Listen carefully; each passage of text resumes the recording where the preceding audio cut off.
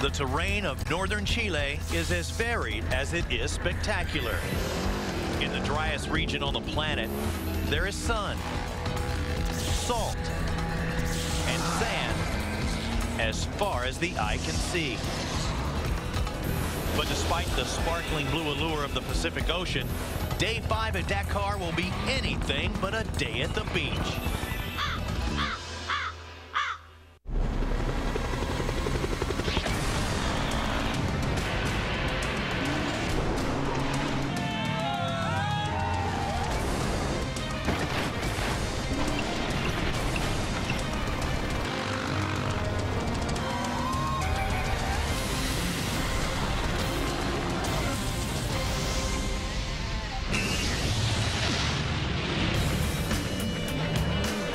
Just when Robbie Gordon thought that things couldn't get worse for him at this year's Dakar.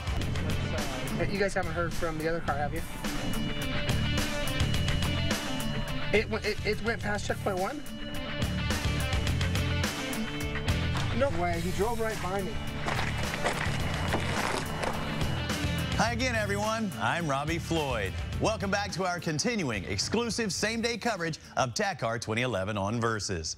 Two major stories have developed overnight. The first involves American Robbie Gordon, whose Hummer blew a wheel bearing along the way to the start of yesterday's Stage 4. Gordon's teammate, Eliseo Salazar, who was supposed to be behind Robbie, didn't realize that Gordon's car was stuck on the side of the road. Salazar drove past and started the race, leaving Gordon stranded. Our special correspondent Gernot Bauer caught up with Gordon last night.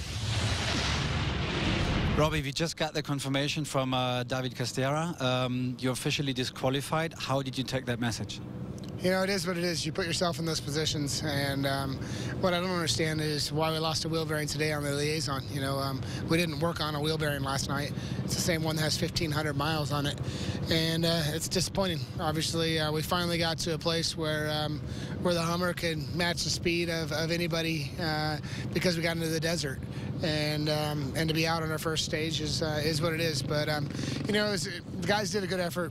The 11 months of just purely what are we going to do to be better. And the cars were done when we got here. We were prepared, we were ready, and we just had a bunch of little gremlins bite us and cost us the rally. But, you know, look back at it and figure out how you can do it better next time and go from there. So what are the next steps? Are you staying? Are you packing up? This car will go home. That car will go home. The media department will leave. I will leave a good group of guys to run the Chile car the rest of the rally, but we'll be out of here by tomorrow. Will you be back next year? I don't know. Thanks for talking to us, Robbie. Gernot, thank you. We'll catch up with you later on. Bottom line, Robbie Gordon, a study in frustration and disappointment, is already on his way home to the United States, where he'll switch gears and prepare for his upcoming NASCAR races. Now, the other big headline is in the bikes, where Mark Coma and defending champion Cyril Dupre were a mere 2 seconds apart in the overall standings at the conclusion of yesterday's stage. However, Dupre was later socked with a controversial 10-minute penalty that dropped him from 2nd to 9th in the stage results. He's still 2nd overall, but now he's officially 10 minutes and 2 seconds behind the leader, Mark Coma. Several of the elite racers have noted that today's race is where the real Dakar challenges come into play. Stage 5 features a 250-mile medley of course segments. The riders and drivers will have to deal with a variety of terrains, each of which will demand a special type of piloting. After a slow start on rocky, bad tracks, the competitors will cross a treacherous salt marsh. They'll finish with 60 miles of wide-open, off-track terrain, climaxing in a spectacular downhill dune ride parallel to the Pacific coast at Iquique.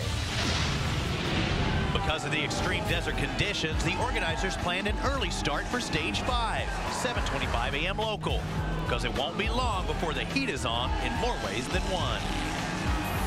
Hi, I'm Ines Sainz, and I'm in the food market of Calama. Calama is a very small city in the north of Chile, and its small city exists thanks to the bigger copper mine in the world called Chuquicamata that I'm going to visit, but I show you later when Dakar 2011 continues on Versus.